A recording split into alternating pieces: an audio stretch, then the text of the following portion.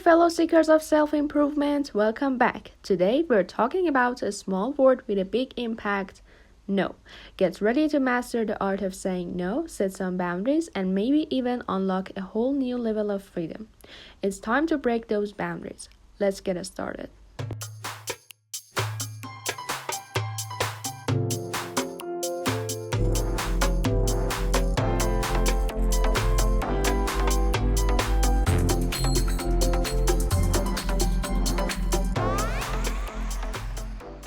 Hello everyone, hello Parmis, how's it going? How are you? What's up? Hi, Dan. I'm doing great. How about you? Same, everything is great. Learning a new language, starting a new life, trying to do my best to shine bright like a diamond. Yeah, that's great. And I'm ready as ever. Let's do this. Let's go. Okay, so I have some questions, so I would like to ask you first if you don't mind. Yeah, let's go. Let's get it started. And today we are talking about the art of saying no. How to make ourselves being happy by saying no, because usually people say yes, yes, yes to the left and to the right, but sometimes we have to say no. Okay, so the first question is, why is it important to learn how to say no? Well, learning to say no is crucial because it helps us protect our time and energy. Psychologically, it prevents burnout by allowing us to focus on what's truly important. For instance, if you're always saying yes to social events to avoid conflict, you might end up feeling stressed and exhausted. By saying no, you give yourself the chance to rest and recharge, which ultimately makes you more productive and happier. Okay, all right. So maybe I will ask you some more questions about how to. So can you give us a life hack, a teeny tiny small piece of advice how to learn how to say no, especially to those people who are kind and they can't say no. Like what should they do? The very first step to learning how to say no. Yeah. Actually, in the other questions, we will answer this. But if I want to mention it first in this question, I will say that we have one technique that is the sandwich method. You can start with something positive and say no, and end with something positive. I mean, like for example, if a colleague asks you to help with a project you don't have time for, you might say, "I appreciate you thinking of me for this project. Unfortunately, I can't take on any more tasks right now, and I'm sure you'll do a great job." This way, you maintain respect while being clear about your boundaries. That's why we call it sandwich method because you start with something positive, and then you will say no to this, and end with something positive in a respectful way. Like to butter them up instead of saying no. You kind of give them a compliment. Wow, I really appreciated that you thought about me when it came to this project. Like, I really appreciate it, but like, I think I can help you this time. Yeah, exactly. Like you can just give yourself a chance to just say it out loud, and but in a respectful way, to not really hurt them with your words, and just being clear about your boundaries. Yeah, for example, you need to give them a compliment, like, thank you so much that you thought about me. And also, if you don't want to say yes and you say no, you should give them some directions where they should go. I mean, like, you can give them a piece of advice what they should do to get the information to manage this obstacle or something. So you can tell them that you should ask this question, Max. For example, if Max works with you, so I think that Max had the same obstacle, so you can ask him. Maybe he will help you somehow, or you can at least like go online and search online for some information, and you can say that you believe in them, like I believe that you can do that. And I'm sure that if you do it yourself, you'll be proud of yourself. Like you need to kind of motivate them to kick their ass towards like managing this obstacle by themselves. Yeah, that's right. That's actually amazing to just show them that you really care about yourself, you value yourself, and sometimes you can simply say no to the things that can, hurt your mental health or like your health. Okay, let's move on. What are some common reasons people struggle to say no? Well, many people struggle to say no because they fear disappointing others or being seen as selfish. Psychologically, this is often rooted in a desire of approval and acceptance. For example, you might agree to help a friend move even when you're exhausted because you don't want to let them down. Cognitive behavioral therapy suggests that challenging these thoughts and realizing that it's okay to prioritize your needs can help you set healthier boundaries. As we mentioned earlier, sometimes people just struggle to say no because of, they don't want to being seen as selfish. They don't want to disappoint others. Or they have the desire of approval or acceptance, so they can't say no. I think it's not only about being selfish. So sometimes we have to say no because people don't, those people who ask for a favor all the time, I think they are a little bit selfish. Maybe they are lazy and they are looking for someone to help them all the time. I think this is about being selfish, because if someone says no, it means they have their own reasons. Maybe they have a family to take care of, maybe they need to work or to study anything. And if they say yes, it means that they sacrifice their time to help you.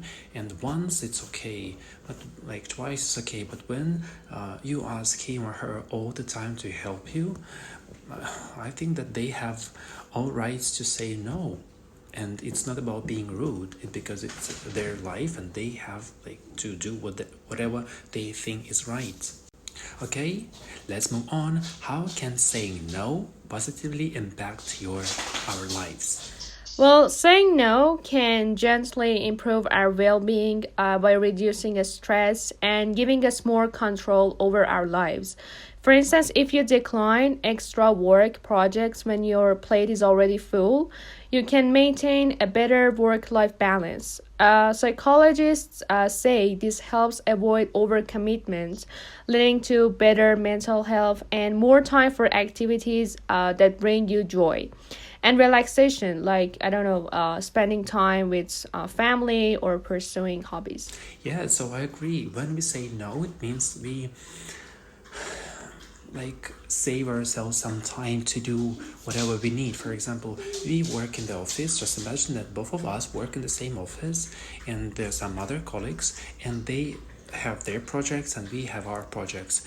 Each person has their own project, and if they ask you to help with their project, it means that you give up on your project and you spend your time to help them. But finally, at the end of the month, when you have to perform to give a speech about your project, their projects will be done well, but your project is going to be raw because you didn't have enough time, right? Because you helped others, and your boss anyway will say it doesn't matter, like you had the time and you have to prioritize whatever you have to do, and you prefer to help others instead of saving your project. Put the mask on your face before you help others, before you help your child. Yeah, that's right. Yeah, amazing answer. Okay, let's move on. And I think that you can hear our dogs. They are scratching the floor with their nails, amazing nails, and they are going to poop around me. Stop, please, being. We are recording a podcast. Guys, see, sometimes it's just a bit hard to make a podcast with with the background noise. but we're doing our best. So don't forget to subscribe and follow us on the Apple Podcast and listen to us weekly. So we're just doing our best for this podcast. Yes, and don't forget to improve whatever you need. So listen our podcast, give us a like, rate us. Can they give us like? No, I'm not sure. I think that they can rate us. Okay, rate us 5 stars, 10 stars, whatever. Give us a comment and follow us. So if you agree, that's amazing. If disagree, that's even better. Like if you are thinking, if it's like food for thoughts, go for it. Just improve yourself and be like a diamond, just like us. Okay, let's move on. I have one more question. How do you decide when it's important to say no? How? How do you decide? Yeah, right. Well, it's a good question. Because at the end of all these questions, we need to answer this, that when it's appropriate to say no. Well, deciding when to say no often involves assessing your current commitments and priorities. Psychologists recommend checking in with yourself. If saying yes feels overwhelming or detracts from your main goals, it's a good sign to say no. For example, if you're asked to volunteer for an event but you already have a packed week, it's better to decline rather than overcommit and end up stressed. Like, for example, you invited to a party, I don't know, a birthday party, and your best friend's really insisting on you that you really need to come. It's my party, but you have like a week full of exams, the final exams. And you're just really stressed out because of the exams. And on the other hand, you need to convince your friend and make her happy because it's her birthday too. And it's she's your best friend. So this is the time that you're just feeling overwhelmed and kind of detracts you from your main goal, which is like studying for the final exams. So this time you really need to say no, because it's better to decline rather than overcommit and end up stressed. Reflecting on past experiences where overcommitting led to stress can also help guide your decision. You should think about yourself as well, because if someone asks you to go to a party and you have to do your homework or you're tired, you prefer to watch TV, to read a book, what is better for you, you don't have to force yourself, because you'll be in the party with your sad face, like ruining everything. It's better like say that you don't feel well, or you need to go to like back home. Maybe you're busy or and you will join them next time, kind of. You don't have to promise them 100% that I will go, or so maybe I will join you next time, but today I feel like going home. It's actually happened for me it happens for me every year, because usually my birthday is on the final exams. It doesn't matter, I'm actually studying in university, high school, every year it's on the final exams. And I don't know, I think that it's on the day that I have a math exam, I guess. And I'm just really stressed over the exams. And on the other hand, it's my birthday. So my family really wants to, celebrate my birthday together. But I'm in the room and just studying so hard for the tomorrow's exam. And it's really hard for me. But sometimes I just say no, I don't want any party on my birthday because I really need to focus on my exams. And they're kind of a bit sad because, we can celebrate, we can eat cake together. But that's because I don't want to end up stressed and, regret about all the things I did for my birthday and say, I have this right to study rather than celebrating. So it actually happens to me every year, and I can say that sometimes saying no instead of just overcommitting and doing all the things that makes you happy is a bit, hard, but it ends good results with a good results. I think we have to take a break.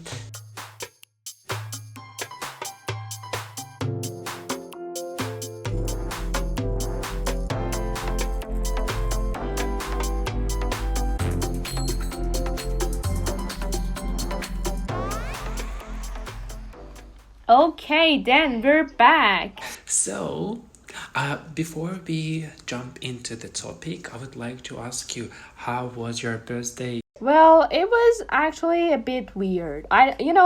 Because actually at the beginning, I was really excited, really happy, and celebrated my birthday. I mean, at the beginning, everything was great.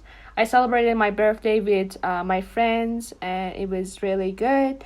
But at the end, when I was just thinking that, okay, I turned 20, I was really sad and I almost cried.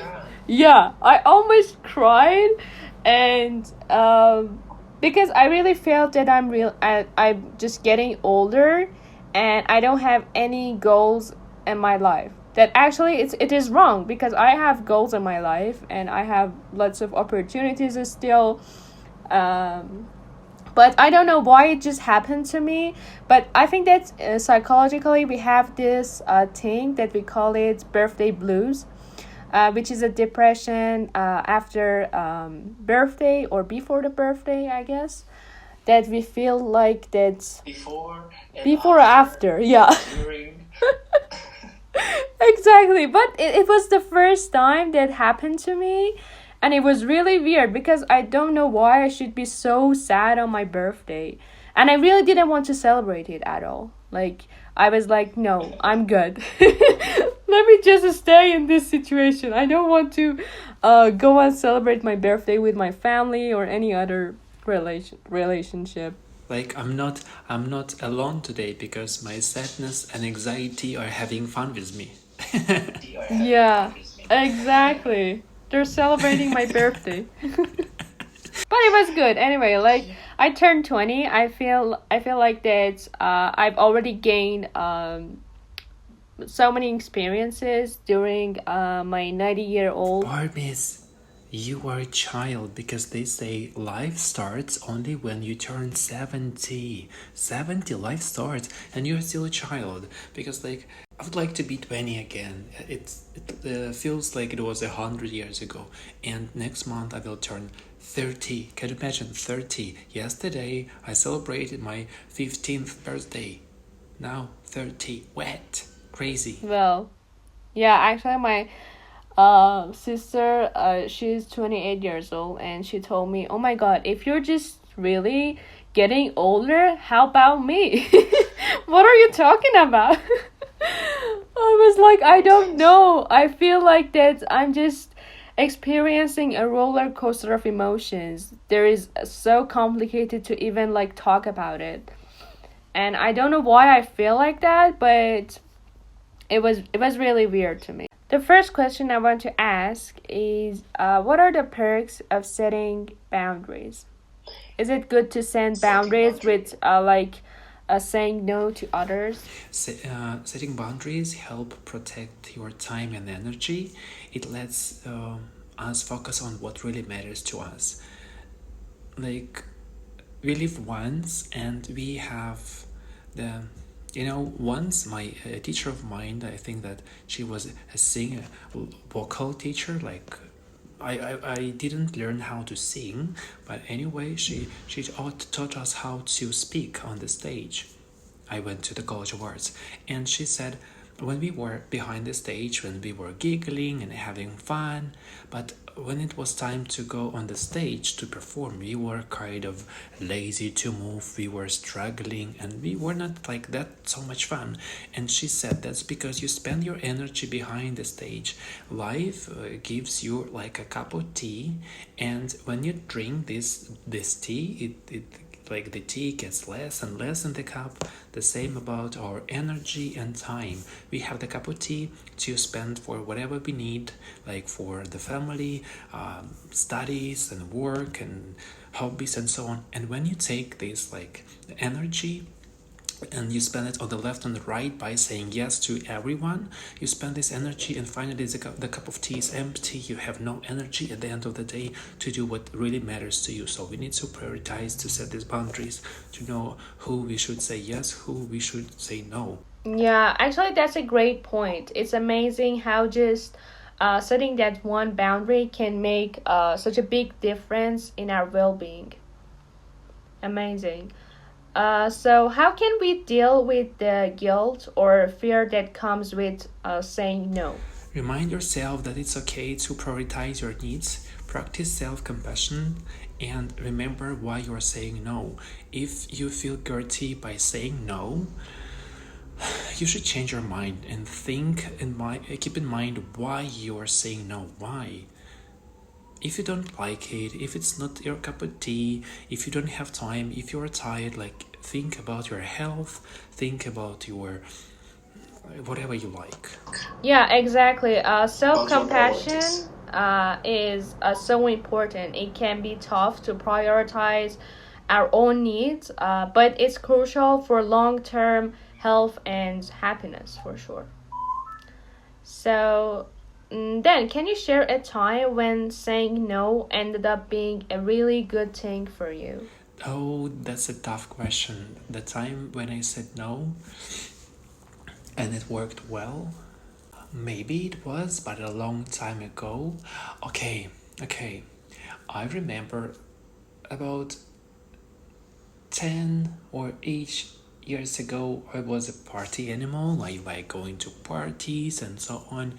Then, in a while, I started like changing my mind towards studies and so on, like languages, and thinking about like the knowledge that I missed, that I skipped when I was in school because I didn't quite like studying some subjects. So I decided to make it up, to study more. And I remember that some of my friends, so they still are party animals, and when they went to a nightclub and they invited me, so sometimes I said no, and they looked at me the way I'm like a weirdo, like why are you saying no? We are going to have fun. And I thought about the next morning. So what will I gain if I go to the party? I will lose money, like to spend on drinks and so on.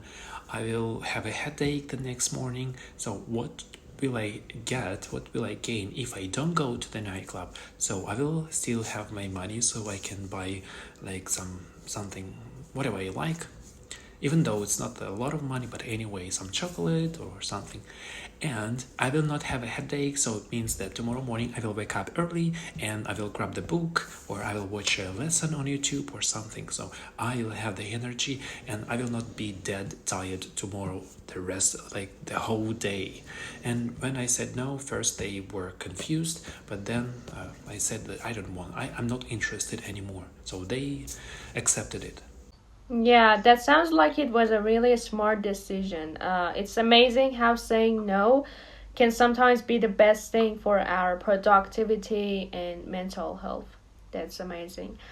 And how can we clearly communicate our boundaries in different situations? Like just we talked about, when someone asks you to help and you are saying you can do it by yourself, I believe in you, you're capable, so on, you give them a compliment, and at the same time, so you say no because you are tied up, you are busy, you have lots of on your plate, you have to help yourself first, then you should think about others. Yeah, that's right. As I mentioned before, like the sandwich method that starts something positive, then say no and end with something positive. It's like that. That you'll say like, I appreciate thinking of me on this project, but unfortunately, like I have to do this and something like this. I think that I had lots of obstacles, kind of lots of some situations when I said yes to everyone, then I had to help them. And if I promised, I had to help them. And sometimes I didn't have enough time, or I wasn't capable of that, but I said yes, so what should I do? Like, what could I do if I promised them? And I think that caused some problems in the past, like a lot. Yeah, you overcome it in something and then you end up stressed or regretted about it. It happens. So if someone wants to learn how to like small steps towards saying no, I think that you should keep in mind that you don't have to say yes. You don't have to promise anyone. And you don't have to feel guilty, because when you feel guilty, I think that guilt and shame is about manipulating. I think that it's okay to say yes and no, like two words. You can say yes, you can say no, and don't be afraid of that. Keep in mind that you have this cup of tea, this is your energy, and set your boundaries. You don't have to be angry, to be mad at someone. Like, just tell them what you like, what you dislike, what is okay, what is not okay, and just say yes or say no if you think this way. Like, it's okay. It's not like okay, it's even better. It's fabulous to say no when you think so. Okay, great. Yeah, it shows that you value the person's request, but also you know your limits. And the last question I want to ask is, what tips would you give to someone who wants to get better at saying no? So, just like I've mentioned before, think about your goals and step by step go. And if someone wants your help, they ask for help, keep in mind that time is gold. I think that we talked about time management in our previous episodes. So time is gold, time is everything. And I think sometimes it's even better, instead of helping others, to motivate them to do it by themselves. So they will improve it. They will be proud of themselves, and you will not spend your time.